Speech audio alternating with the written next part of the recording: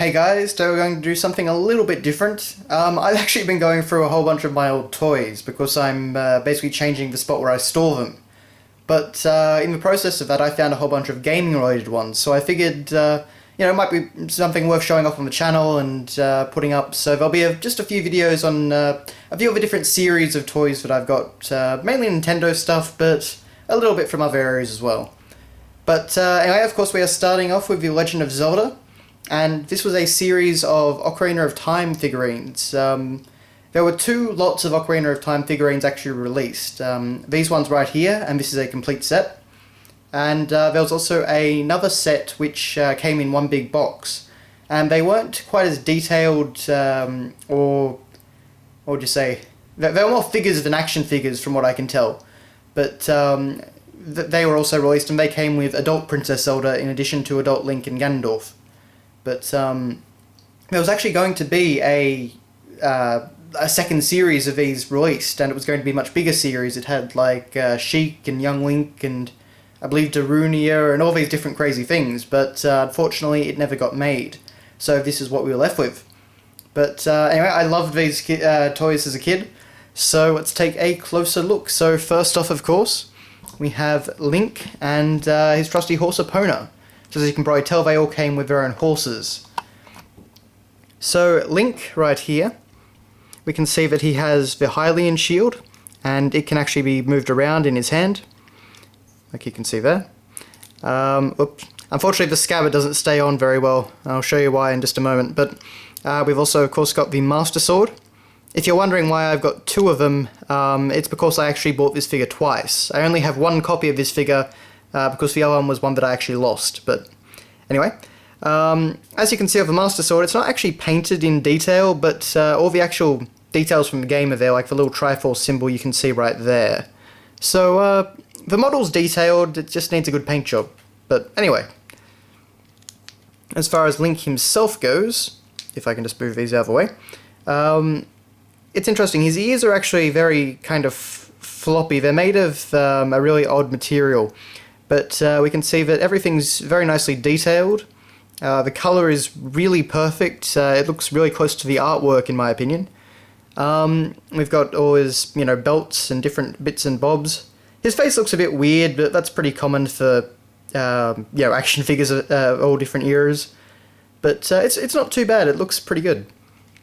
We can see that we can actually, not that you particularly want to do this, but you can actually lift up his his little tunic there, and that's actually made of a material like his ears. I don't know what it's called, but it's some kind of like floppy plastic. And of course we've got the white pants that he wears, as well as the boots, which have the little belt buckle detailed, and that's not just a paint job, that's actually pushed out as well, so it's it's actually there. It's got some texture. But anyway, onto the back of him. So this thing right here, this big white thing, is exactly why the scabbard doesn't stay on very well. The scabbard just sticks on right about there. But the problem is it falls off all the time because this thing's pushing it out, so you can't get it all the way on there. And all this does is it gives Link some kind of karate chop action, but it's reverse karate chop. So yeah, that's that. I don't really know exactly what it is supposed to be. I guess he's raising his head over, his sword over his head for like a battle cry or something like that. But yeah, it's kind of cool. I just wish it didn't get in the way of the scabbard so much. But aside from that, it's pretty simple on the back, just what you'd expect. But it's a very, very nice figure. And onto the scabbard, you can see that this thing actually has been painted properly, and it has all of its little details as well. It's missing some things in terms of the paint department, like little crystals, and I think there's supposed to be some blue on there, I believe, and stuff like that, but overall, for a little action figure, it's pretty good. Pretty good. Next, we have, of course, Epona. And because I actually bought Link twice, I have two of these, funnily enough, but so you can see that her face is pretty detailed, and her eyes. She's got her full saddle with all the little details painted on. The Triforce symbol is in there. This is where you can actually put Link on top of her. It just doesn't work very well, unfortunately. He doesn't really clip on there. None of them do, actually. They just kind of fall off really easily. This right here is actually made of that same sort of floppy material, so you can pull it up a bit and see, some of the more details underneath. The saddle actually goes the full way around her body. We've got all the detail on her hooves with the hair around there. Her tail, oh sorry Princess Zelda, her tail actually goes all the way around. It's kind of made of that same sort of floppy material as well, you can move it around a little bit. But yeah, it's pretty great. And if I can just kind of illustrate here. Getting Link on here is actually quite a challenge. And I tried to set it up for the start of this for all this video for all of them, but I just couldn't do it. But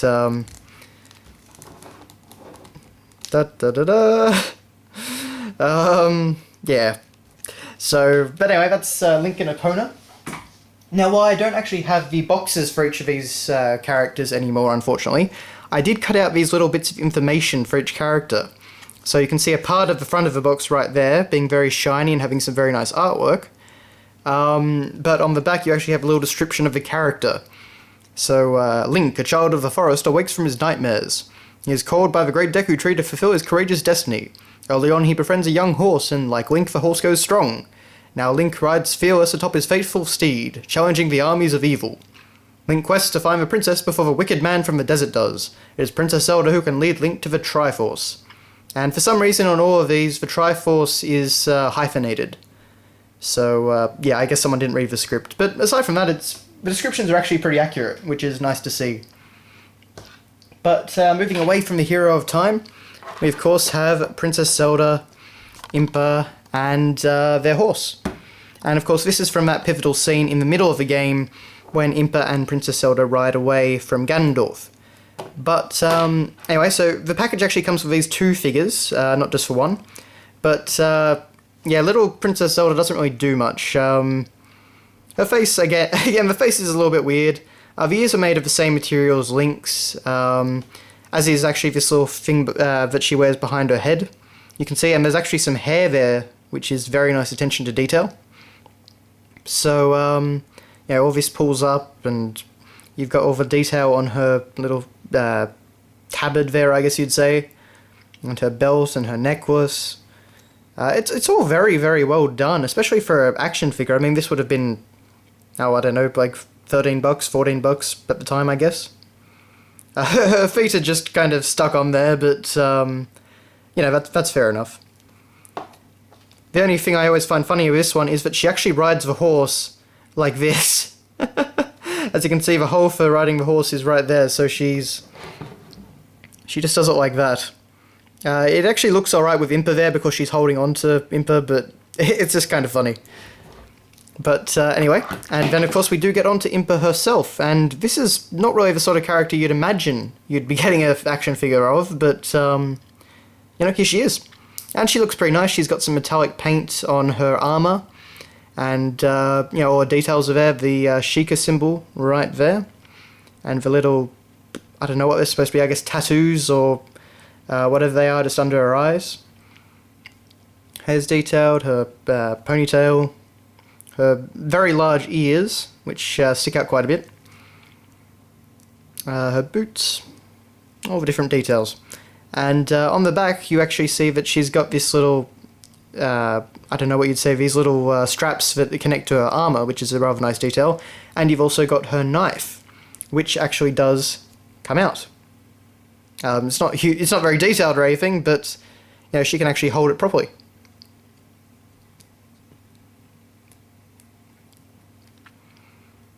Well, kind of. I'm trying to get it in there.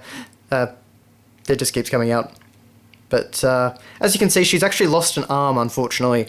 I can't find that arm. I'm sure it's here somewhere, but anyway, it kind of looks alright for a character anyway. But yeah. Anyway, then of course you've got their horse, which is pretty much the same thing as Epona, just with the different things. So she's got the different coloured saddles. She's got the different front thing. This little rein around her neck actually, it's movable, as you can see, which is very nice attention to detail. But yeah, it's kind of nice to have this horse. I mean, these are basically the only 3 horses in the game that actually have any detail to them. So, yeah, good choice. So, for the next character card, we have Impa.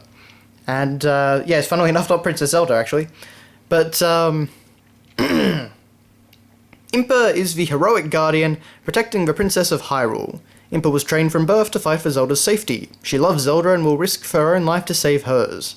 Now the shadow of evil has reached the castle walls. Impa and Zelda have taken flight on their trusty steed, with Ganondorf close in pursuit. Link travels through time to save the princess and all of Hyrule against the encroaching forces of evil. So, yeah, there you go. And, of course, last but not least, we have the King of Evil himself, Ganondorf. And, as you can see, he's doing a lovely Nazi salute there. But, yeah, for some reason, that's his default hand position. You can't turn it around or anything. That's just what he does. But he's actually very detailed. He's, next to Link, he's definitely my favourite. He's got a lot of nice little pieces. So you can see he's got all his kind of jewellery and his bandanas, and it's all, you know, nicely painted and detailed. All his leather armour.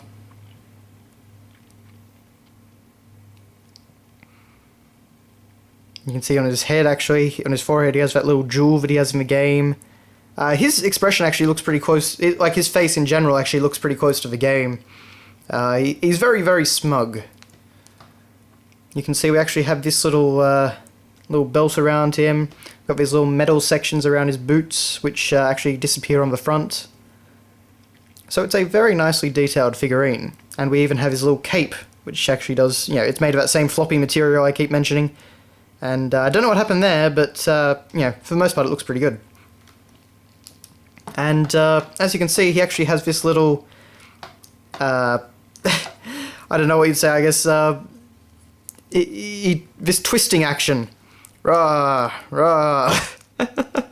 Reminds me of an old Frankenstein toy or something like that. Or Frankenstein's monster toy, I should say. But anyway, as you can see, he also has his trident, which is something that he lacks during the main game. But Phantom Ganon, the boss of the Forest Temple, actually has that. So it's not painted or anything, but it looks kind of cool. It's a bit large and long. I mean, as you can see, compared to Ganondorf, basically takes up the whole frame of the camera. But you know, it's a neat little addition. And to make more sense out of that, we actually get this right here. Now, this is a little Phantom Ganon mask. So you simply pop that over Ganondorf's head, and boom, Phantom Ganon. So, yeah, that's a pretty nice detail. I mean, I always kind of figured that if you were going to have a Ganondorf toy, you'd make him turn to Ganon, but given how logistically difficult that would probably be, given Ganon's size and, you know, completely different look, I think making him into Phantom Ganon for this toy was a very creative solution. Because it gives him something else, but it also, you know, it allows you to use the same figure base. But, yeah, so he's pretty cool. And then we have Ganondorf's horse, which is definitely the most detailed horse out of the 3. As you can see, he's got all this cloth on him, which is made of the same floppy stuff I keep talking about. You've got the great red hair and the black and blue flesh. You've got all the armour on his hooves, all the armour up here, which is very detailed, as you can see. We've got his, you know, blue flesh up here and his very striking yellow eyes. It's a very angry horse, as you can see. It looks very menacing, and it's a very, very cool figurine.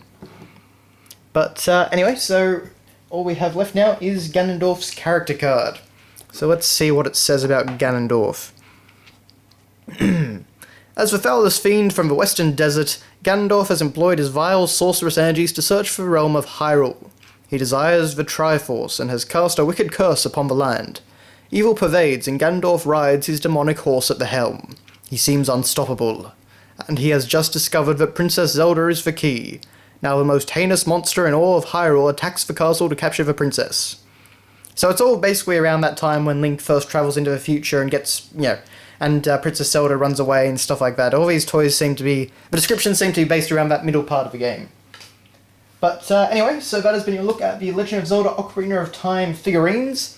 As I say, they're very, very cool, and if you're a Zelda collector and don't have these, which is very, very possible, they weren't very common, I don't believe, I'd definitely say pick them up if you're interested. They are very, very nice additions to any Zelda collection. But yeah, so thanks a lot for watching, guys, and I will see you later.